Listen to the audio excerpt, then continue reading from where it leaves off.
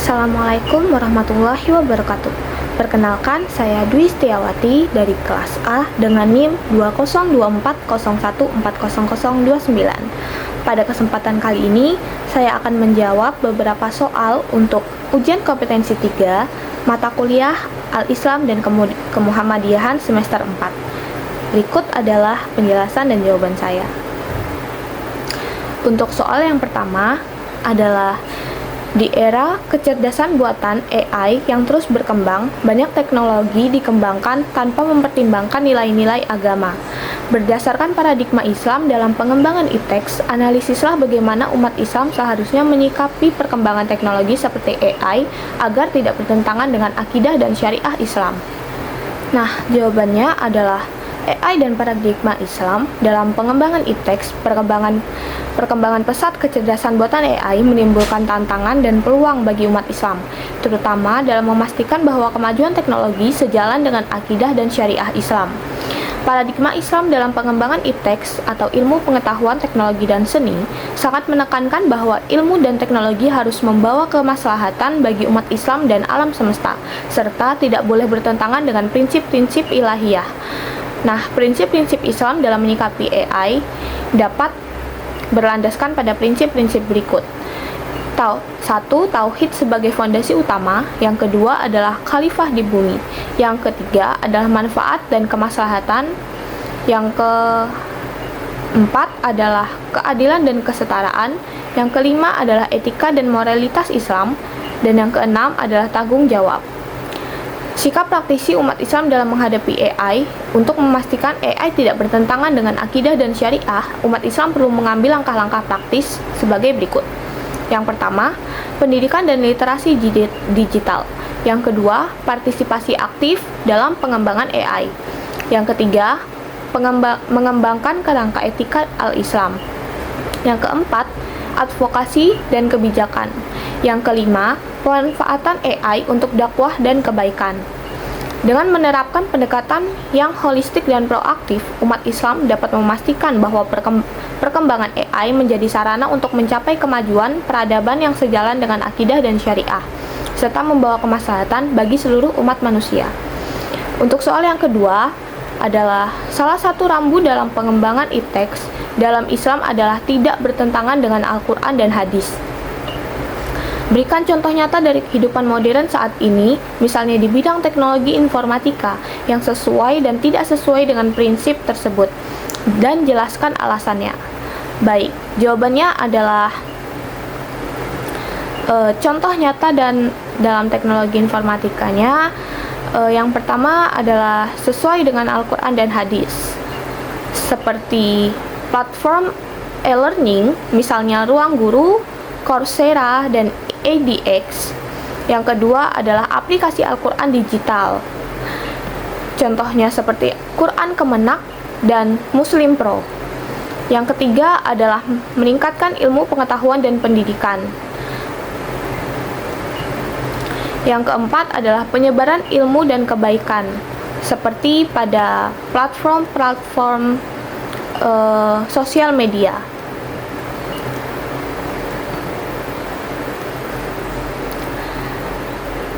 Yang kedua adalah hal yang tidak sesuai dengan Al-Quran dan hadis. Contohnya adalah deepfake dan perjudian online. Deepfake itu merupakan teknologi AI yang memungkinkan pembuatan video atau gambar palsu yang sangat realistis, seringkali digunakan untuk memalsukan identitas seseorang atau menciptakan skenario fiktif. Dan platform perjudian online itu misalnya seperti situs-situs kasino online, taruhan bola online, dan lain sebagainya. Alasan ketidaksesuaiannya adalah ini dapat menjadi penyebaran kebohongan dan fitnah, kemudian dapat menimbulkan perjudian di mana-mana, dapat merusak akal dan harta karena deepfake dan perjudian online tadi. Kemudian dari contoh-contoh ini jelas terlihat bahwa prinsip tidak bertentangan dengan Al-Quran dan hadis adalah rambu fundamental dalam pengembangan e-text teknologi itu sendiri. Netral, namun penggunaannya dan dampak yang ditimbulkannya yang akan menentukan apakah ia sejalan dengan nilai-nilai Islam atau tidak. Umat Islam memiliki tanggung jawab untuk memastikan bahwa teknologi yang dikembangkan dan digunakan membawa kemaslahatan dan tidak merugikan akidah serta syariah. Untuk soal yang ketiga adalah banyak anak muda saat ini yang menggunakan teknologi hanya untuk hiburan, seperti media sosial dan game online. Berdasarkan kajian potensi akal dan kolbu dalam pengembangan iptek menurut Islam, bagaimana Anda menilai perilaku ini? Apa solusi Islam yang bisa ditawarkan agar teknologi bisa dimanfaatkan untuk pengembangan diri dan peradaban?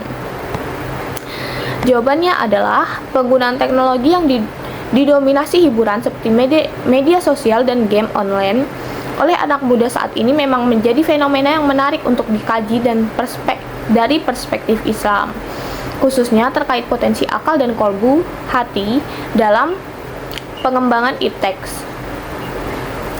Penilaian perilaku penggunaan teknologi untuk hiburan dari sudut pandang Islam, perilaku ini dapat dinilai dengan beberapa pertimbangan. Yang pertama adalah penyalahgunaan potensi akal. Yang kedua adalah kecenderungan kolbu pada hal yang sia-sia. Yang ketiga adalah potensi dampak negatif yang luas ya. Yang keempat adalah kesehatan mental yang terganggu. Yang kelima, penurunan produktivitas. Yang keenam, pembentukan karakter yang agak melenceng. Yang ketujuh, gaya hidup konsumtif. Yang kedelapan, edukasi. Nah, meskipun hiburan itu sendiri tidak haram, tapi dominasi dan penyalahgunaan teknologi untuk hiburan semata menunjukkan kurangnya pemanfaatan potensi akal dan kolbu secara optimal, yang berpotensi menghambat pengembangan diri dan kemajuan peradaban. Solusi Islami agar teknologi dimanfaatkan untuk pengembangan diri dan peradaban untuk mengarahkan anak muda agar memanfaatkan teknologi secara lebih produktif dan sesuai dengan nilai-nilai Islam adalah sebagai berikut. Yang pertama adalah edukasi tauhid dan maqasid syariah dalam teknologi. Yang kedua, memperkuat pemahaman tujuan hidup. Yang ketiga, mengintegrasikan akal dan kolbu. Yang keempat, mengenalkan maqasid syariah. Yang kelima, mendorong literasi digital berbasis akhlak. Yang keenam, filter konten. Yang ketujuh, etika bermedia sosial. Yang kedelapan, manajemen waktu layar. Yang kesembilan, mengembangkan dan mempromosikan konten digital Islam yang edukatif dan produktif. Yang ke-10, platform belajar agama dan umum. Yang ke-11, inovasi dakwah digital. Yang ke-12, game edukatif dan kreatif. Yang ke-13, komunitas pembelajaran online. Yang ke-14 adalah peran orang tua dan lingkungan. Yang ke-15, teladan dan pengawasan. Yang ke-16, diskusi terbuka. Yang ke-17, fasilitas kegiatan offline. Yang ke-18, lingkungan yang mendukung. Yang ke-19, mendorong generasi muda muslim menjadi produsen teknologi. Dan yang terakhir adalah fokus pada inovasi berbasis syariah. Nah, dengan pendekatan yang komprehensif ini, diharapkan anak muda muslim dapat memanfaatkan teknologi tidak hanya sebagai hiburan, tetapi sebagai alat yang ampuh untuk mengembangkan potensi akal dan kolbu mereka, berkontribusi pada kemajuan diri, dan membangun peradaban yang berkemaslahatan bagi umat manusia. Nah, soal yang keempat adalah sebagian masyarakat masih percaya bahwa sains dan agama adalah dua hal yang bertentangan. Analisislah bagaimana Al-Quran justru mendorong pengembangan ilmu, pengetahuan, dan teknologi. Gunakan satu ayat Al-Quran saja dan satu contoh ilmiah sebagai pendukung. Jawabannya adalah dua sisi mata uang yang sama dalam Islam. Anggapannya bahwa sains dan agama adalah dua hal yang bertentangan seringkali muncul dari kesalahpahaman tentang hakikat keduanya, terutama dalam konteks Islam. Sebaliknya, Al-Quran justru secara eksplisit dan implisit mendorong pengembangan ilmu pengetahuan dan teknologi sebagai bagian internal dari pemahaman dan pengalaman agama. Islam memandang bahwa penemuan ilmiah dan kemajuan teknologi adalah manifestasi dari tanda-tanda kebesaran Allah, ayatullah, di alam semesta, yang seharusnya memperkuat keimanan, bukan kelemahannya.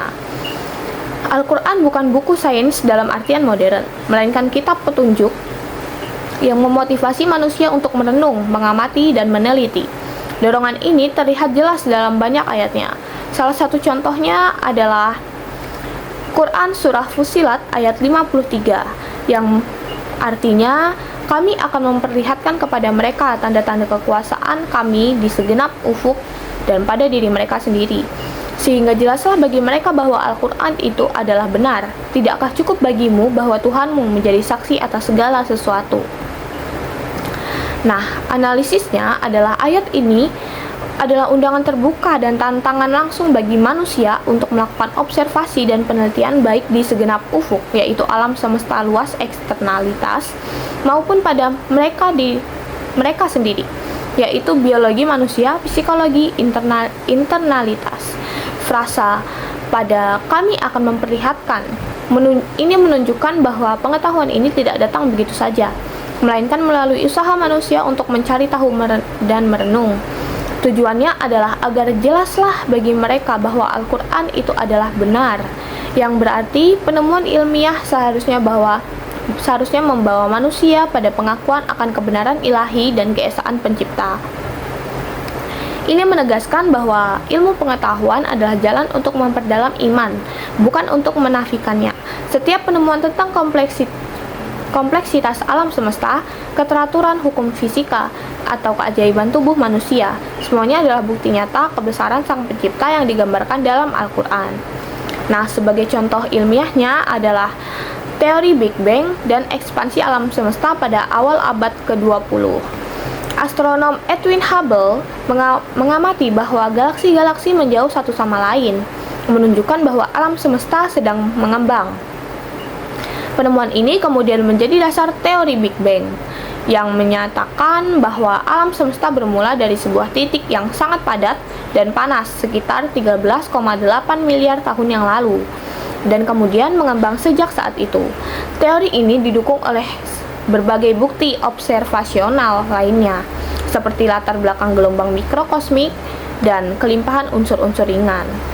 Nah, kesesuaian dengan Al-Quran ayat Surah Fussilat ayat 53 adalah penemuan ekspansi alam semesta ini dan teori Big Bang adalah contoh nyata bagaimana Allah memperlihatkan tanda-tandanya di segenap ufuk. Melalui penelitian ilmiah yang cermat menggunakan teleskop, perhitungan matematis, dan observasi fisika, manusia mampu mengungkap salah satu rahasia terbesar tentang asal-usul dan perkembangan alam semesta. Nah, ini dia jawaban dari saya. Sekian video saya. Wassalamualaikum warahmatullahi wabarakatuh.